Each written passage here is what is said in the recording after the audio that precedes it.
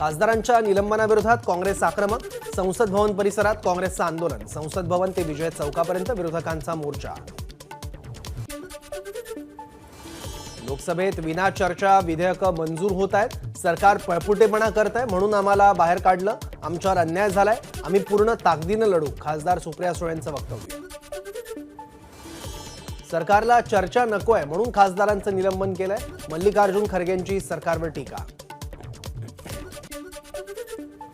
संसदेच्या 150 खासदारांचं निलंबन दुःखद आणि लोकांच्या विश्वासाला धक्का देणारं.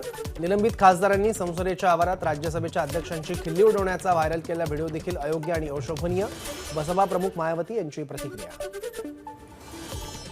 मुख्यमंत्री एकनाथ शिंदे राजीनामा देणार नाहीत कारण कोडगे लोक राजीनामा देत नाहीत. हिटलरनेही राजीनामा दिला नाही. आत्महत्या केली. संजय राऊतांची टीका.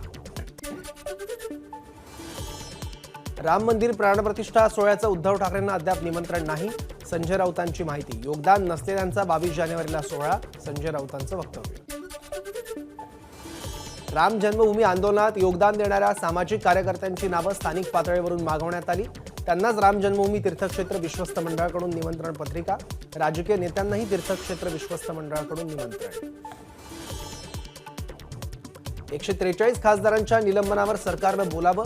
सरकारनं लोकशाहीच्या मंदिराचं स्मशान केलंय. खासदारांच्या निलंबनावरून संजय राऊतांची सरकारवर टीका. राज्य सरकारच्या शिष्टमंडळासोबतच्या चर्चेत मार्ग निघेल.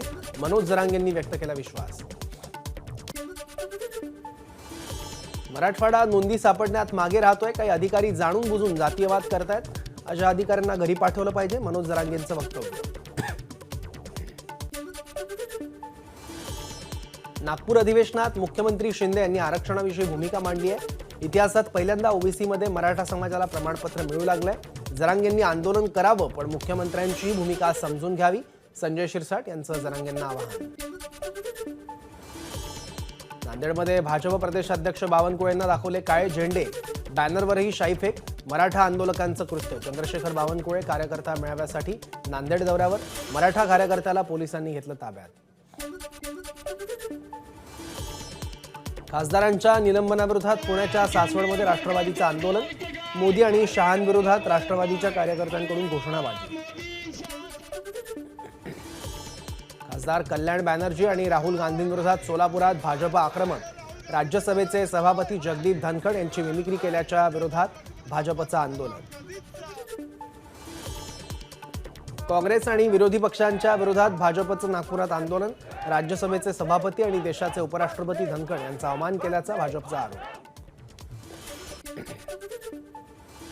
राज्यसभेचे सभापती जगदीप धनखड यांची मिमिक्री करून अपमान केल्याच्या मुद्द्यावरून भाजपचं अकोल्यात आंदोलन. राहुल गांधींचा भाजपकडून निषेध. गांधी चौकातील खुले नाट्यगृहासमोर भाजपचं आंदोलन. उपराष्ट्रपती धनखड यांची नक्कल केल्याच्या विरोधात अमरावतीत भाजपचं निषेध आंदोलन.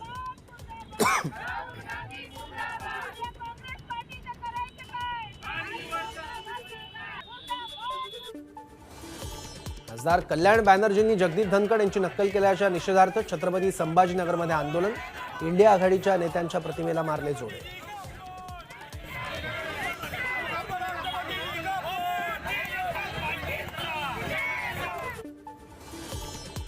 कोल्हापुरात राहुल गांधींविरोधात भाजपची निदर्शनं. उपराष्ट्रपतींची नक्कल केल्याच्या विरोधात कोल्हापूरच्या बिंदू चौकामध्ये भाजपचं आंदोलन.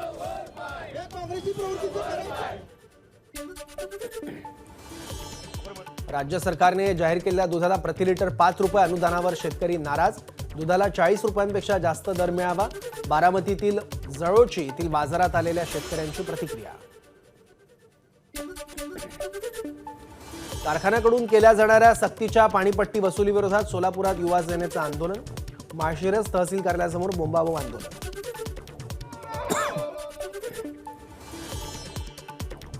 संसद घुसखोरी प्रकरणाच्या तपासात आणखी 2 संशयितांची नावं समोर. साई कृष्ण आणि अतुल कुलश्रेष्ठ अशी संशयितांची नावं. केरळमध्ये 300 नव्या कोरोनाबाधितांची नोंद तर 3 जणांचा कोरोनाने मृत्यू.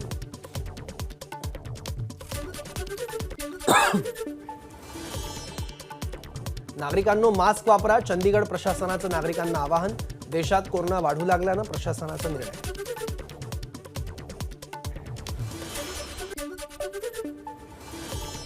कॅनडाचे पंतप्रधान जस्टिन ट्रुडो यांचा पुन्हा एकदा भारतावर निशाणा. अमेरिकेच्या इशाऱ्यानंतर भारताचा सूर बदलला असल्याचं ट्रुडो यांचं खोचक विधान.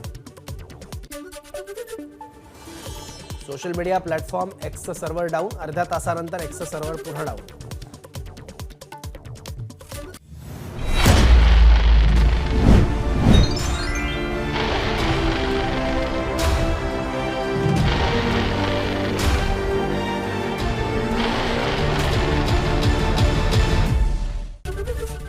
एबीपी माझा, उघडा डोळे बघा नीट.